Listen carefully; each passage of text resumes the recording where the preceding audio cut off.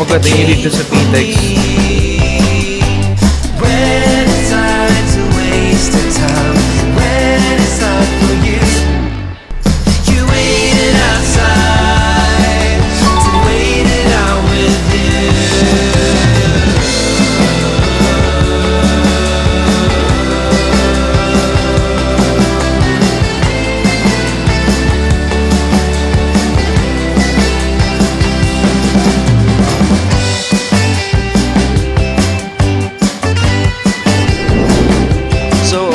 guys, good morning po. Sa kasalukuyan, kamusta kayo Martians? Welcome back to the 365. So ayun, first mission. Punta muna tayo sa PTEX, papuntang Batangas Grand Terminal. Galing kaming Bacoor. So sa mga taga-South dyan, ito yung pinaka-best, well, travel guide for today. Let's go.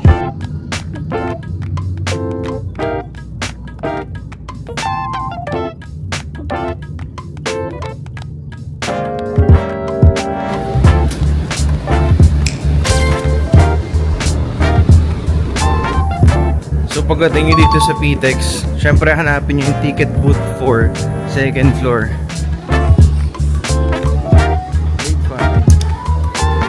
Liwag yan.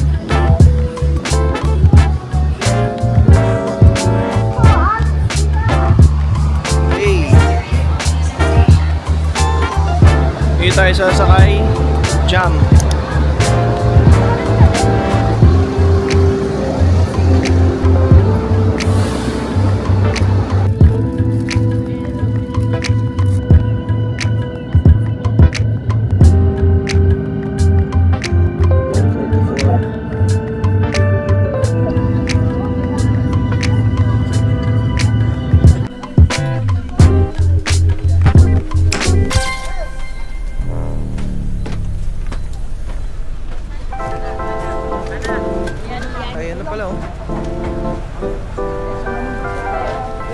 Ito na pala.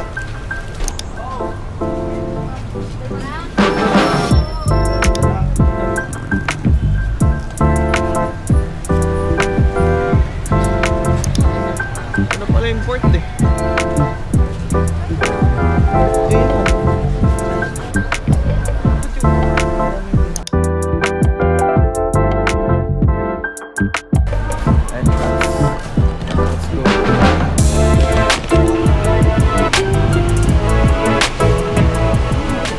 Sasakyan natin ay Montenegro Lines.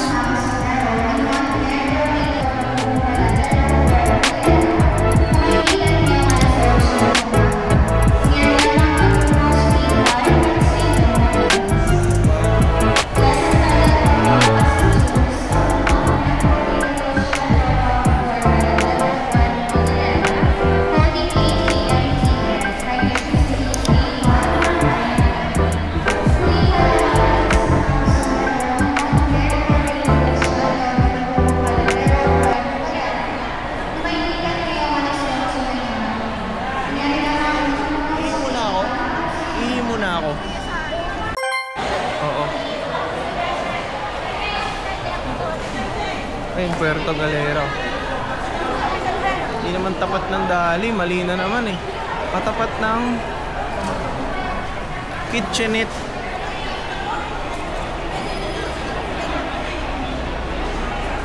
Katapat ng Kitchenette yung mali-mali yung nagga-guide eh.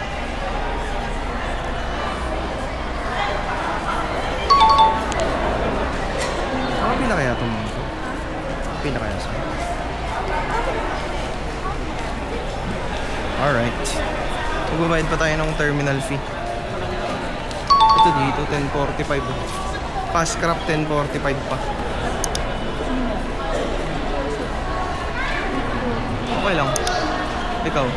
Okay lang naman, sakto.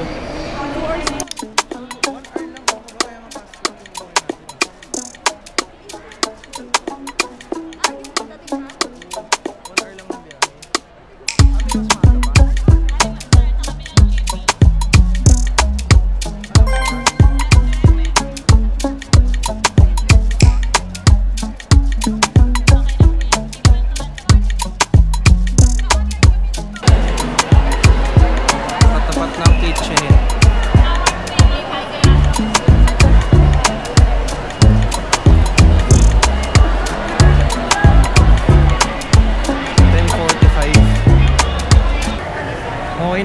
nakakuha tayo 10:45. Ano oras pa lang naman? 8:47. Hindi tayo nagmamadali. Bili tayo tubig, kain muna tayo. Tapos terminal fee muna after makakuha ng ticket.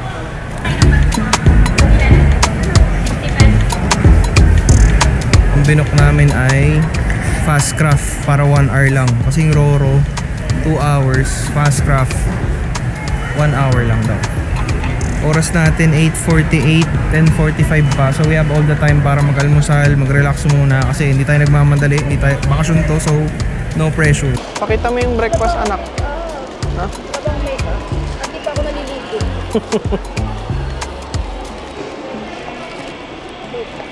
Init. Ayan ay panini. Okay, so ano muna kami? Kape muna kami kasi nga 10:45 pa yung aming sakay. Hindi kami nagmamadali, hindi kailangan magmadali. Relax lang, chill lang, no pressure. Yeah.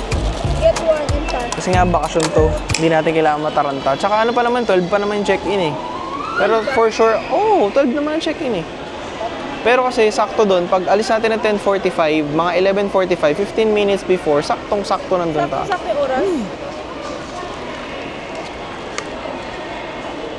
This is for you.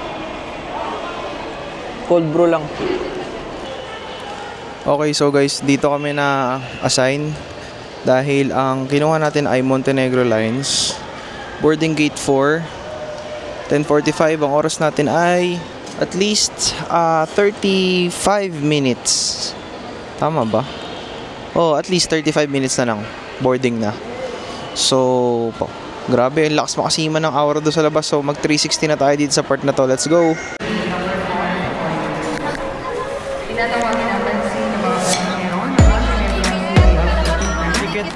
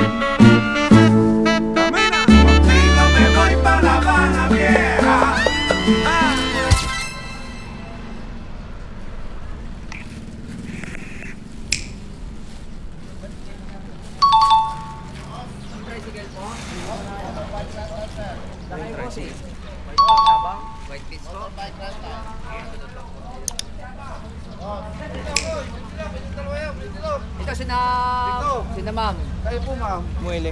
Molly Ah, Port. Molly po. Doon po, Molly Port. Okay, yan sa pula na yan? Opo. Okay, thank you, sir.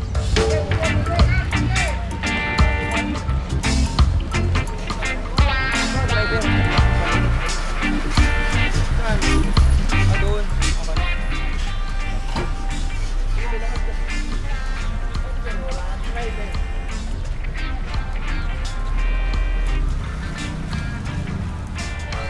Okay, Muelle Port.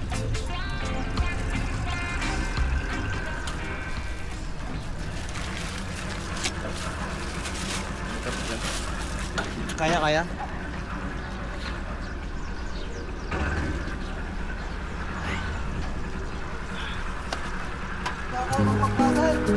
Oo.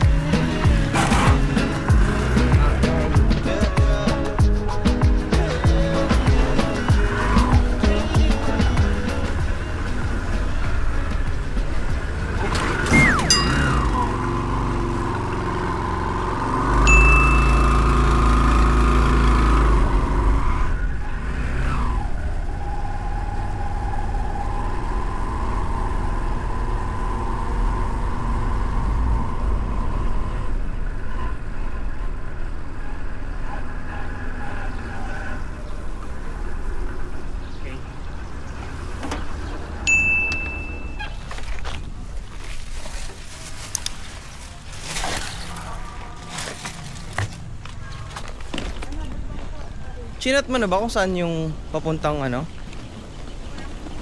Ayun, free shuttle, oh. Oo, kasalay.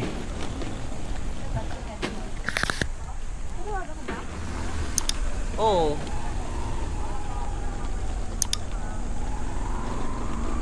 Christine. Hindi doon ako nakita.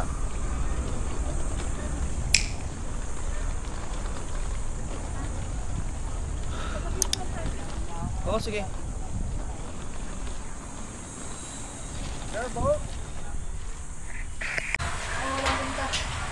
Opo, nandito na po kami. Hello? Sige po. Ilang minutes po namin kayo antayin? 10 minutes po. Ba? Akala mo naman talaga. Durasan po eh. Talaga ba?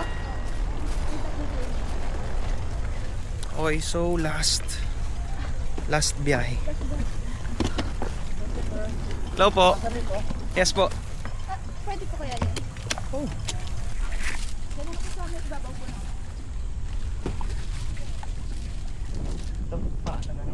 Ilang minutes po dyan?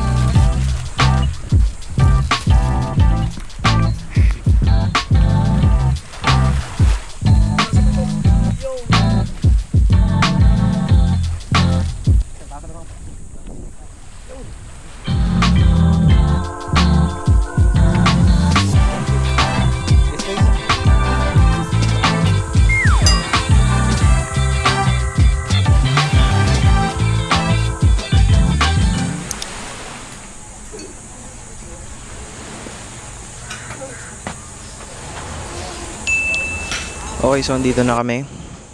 2 PM pa check-in. Ang oras natin ay 1:12. Napaga kami ng isang oras. Kita nyo naman, sobrang solid. May pa-intro pa sila. Magla-lunch muna kami.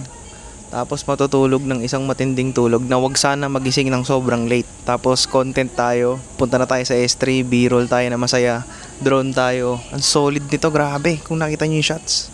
Ako di ko pa nakikita pero alam kong solid. Grabe talaga. So yun yung guide kung paano pumunta sa Puerto Galera if mag-stay kayo sa Kasalay or Puerto Galera in general.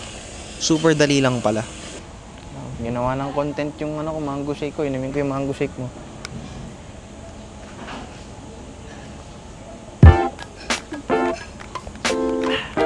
Nice.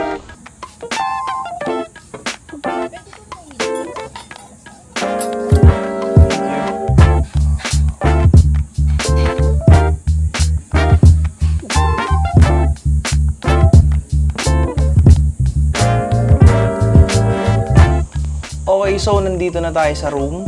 Finally, makakapag-relax na, makakatulog muna. Pero alam nyo na, ang tradisyon natin sa vlog is of course B-roll. Yung camera nga pala na gagamitin ko for this trip is Insta360 ONE X5, Sony A7S III, behind the scenes camera, Osmo Pocket 3. So, let's go. Okay ka lang dyan, be? Okay. So, ito may gimbal na tayo. Pusa ko yung mga windows. Hindi naman, ano lang. Hindi, dito lang, ganyan lang. Very ambient lighting. Set tayo sa 5500 Kelvin. Kelvin de la Cruz. So, yan, sisimplihan lang natin yung B-roll, guys. Nothing too fancy. Review ko lang ng onti. Alam nyo na, hindi ko na kailangan pagandahin. Pero alam nyo na yung mga gamit na hindi kasama dyan, ha? May ganito.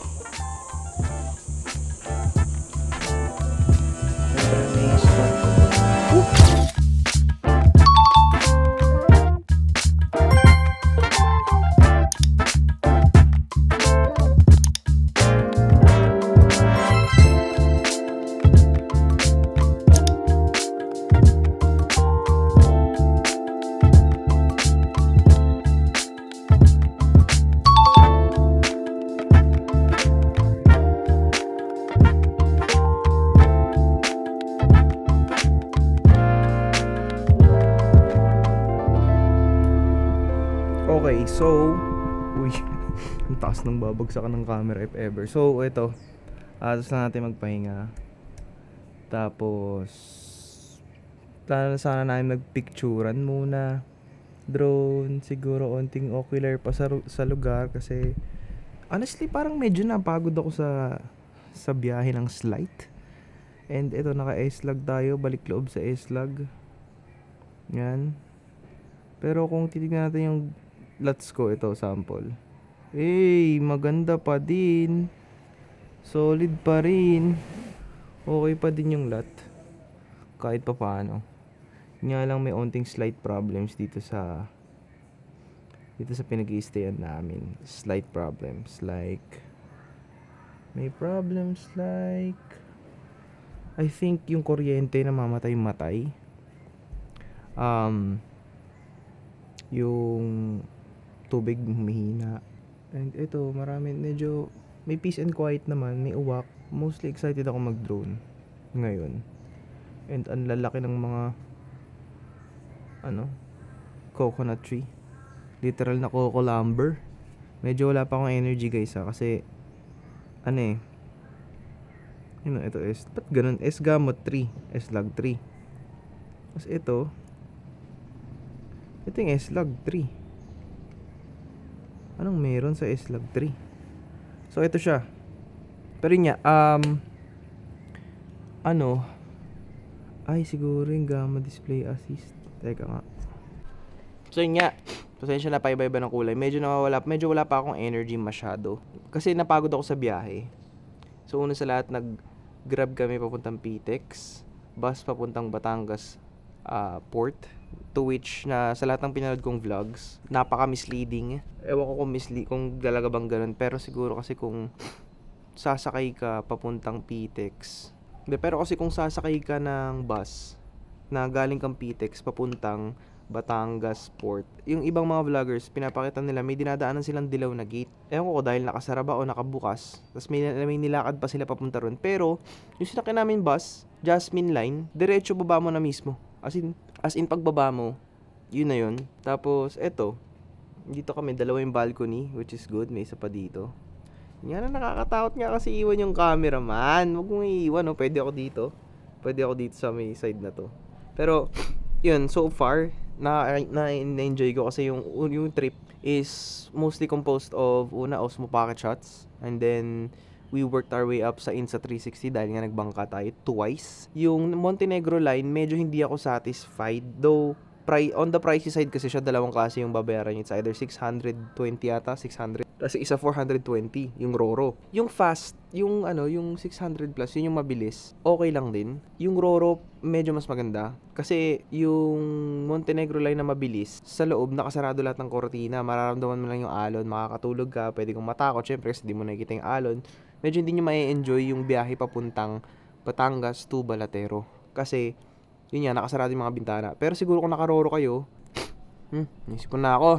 Pero siguro kung nakaroro kayo, mabagal 2 hours. Which is, I think I don't mind dahil hindi naman ako nagmamadali. Kasi pagdating namin dito, meron pa kaming 1 hour exactly bago mag-check-in. 2 p.m. yung check-in. This is how you can actually go from the south if may plano kayo magstay dito sa Casalay, sa Puerto Galera. And I'm here sa Puerto Galera because I'm celebrating my birthday, my 29th birthday. Dito ako ng 15, 16, 17, 18 uwi na namin. So far, I have everything planned out. Tomorrow, medyo may adventure tayong gagawin. Today, medyo, kumbaga pagpag muna, relax muna, ocular muna ng lugar. Sobrang tahimik, lahat naririnig ko. Napaka-random ng mga naririnig ko. Pero parang malapit yata kasi kami sa staff house. So, yeah. But anyways, kung sana pala yun naman kanina, binugan tayo ng staff open-heartedly. Yun nga lang, pagdating namin dito, naligo ako agad kasi nga sobrang haggard na. Nawala ng kuryente on the spot. Tapos, ayun, nawala ng kuryente on the spot. But yeah, medyo itong napili kong resort na to, medyo siya, private. Ayoko gusto ko lang private. Gusto ko lang manahimik sa isang tabi. Pero ngayon, pwede na kami mag-photo. Pwede na rin ako mag-swimming. Pwede na rin ata ako mag-drone. Pero hindi maganda yung cast kasi daylight. Yung cloudy. So, yeah, we're gonna work our way up para makapagawa ng epic travel video. bukod sa ginawan ko ng guide on how to go to from the south to Puerto Galera, sobrang same lang pala. Yun nga lang, syempre, yung unang plano sa White Beach, dapat kami mag-stay. Kasama yung family ko, ayaw nila mag-commute. So, kami na lang ni Bossing yung nag-commute. Anyways, dami ko sinasabi, let's go, enjoy na tayo, mag-picture na kami. Or siya, kasi may content plan siya. Ako yun, plano ko mag-b-roll. Pero parang, yun, may enjoy naman natin. Especially, yung drone shots. Yun nga lang, alam niyo, nandun ako sa part na, as expected, hindi natin ma-upload to the same day. Pero, yun, narinig niyo yung uwak. May crows. Tsaka marami ring unit. Marami rin. Maganda rin, actually. Con cuántas fotos me llevo a ese bombón y ahí come de una vez. Vaya que imaginación que tiene la chamaquita y ese floater. Tú dices, mami, que si tú quieres nos volamos pa' Miami. Yo solo pa' ti, que todo lo que hice nos gastamos esa money. Pegadita pa' que te dice. Solea cuando hay nubes grises.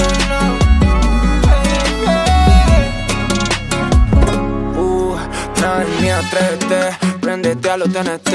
Cara diablo la bandida, pero ese culo me da fe. Estoy en la lista de espera y ella en el cel. Dice que le llegue, que se me vaya otra vez.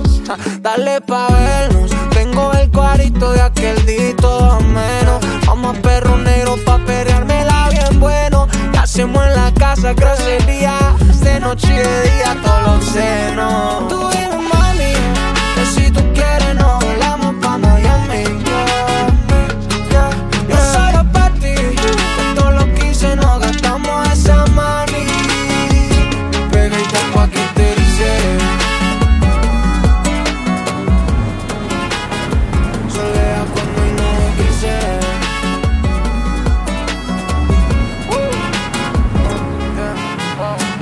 ¿Qué tal? ¿Cómo estás? ¿Qué vuelta?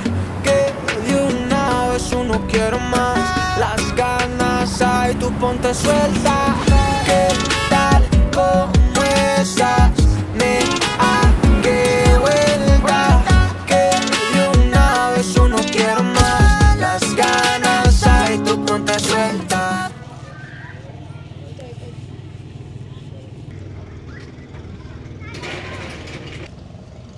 Okay, so nag-swimming lang kami. Tamang chilling lang, onting picturean. Tapos, Kain na. margarita. Super asim ng margarita pero not bad. Pizza.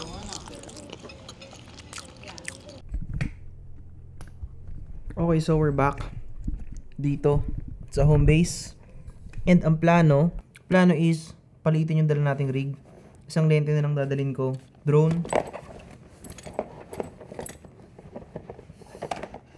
Yun na lang, drone, isang lente na merong, yan, nandiyan na siya, hindi ko, as is ko na lang siya. Tapos, batteries, drone, batteries, yun na lang, as ito, main vlogging cam. Tapos, syempre, 1x3 pang behind the scene, ng kung ano mang behind the scene.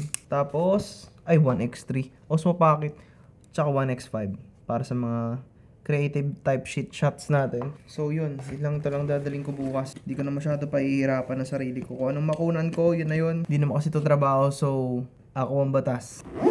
Day 1 complete.